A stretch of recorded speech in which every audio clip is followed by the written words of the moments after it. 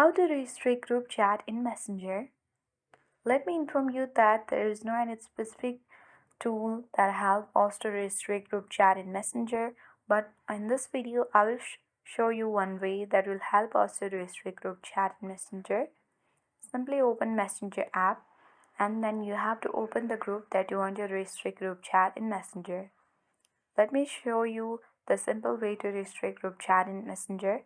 Simply here are different members on this group.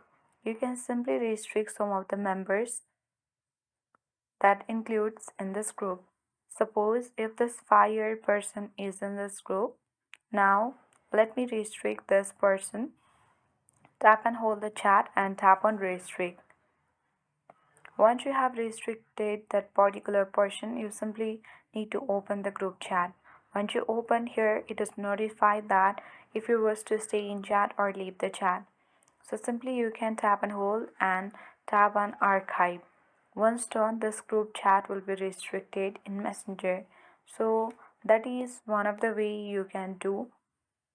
I hope this video was helpful. If it was, then make sure to hit the like button.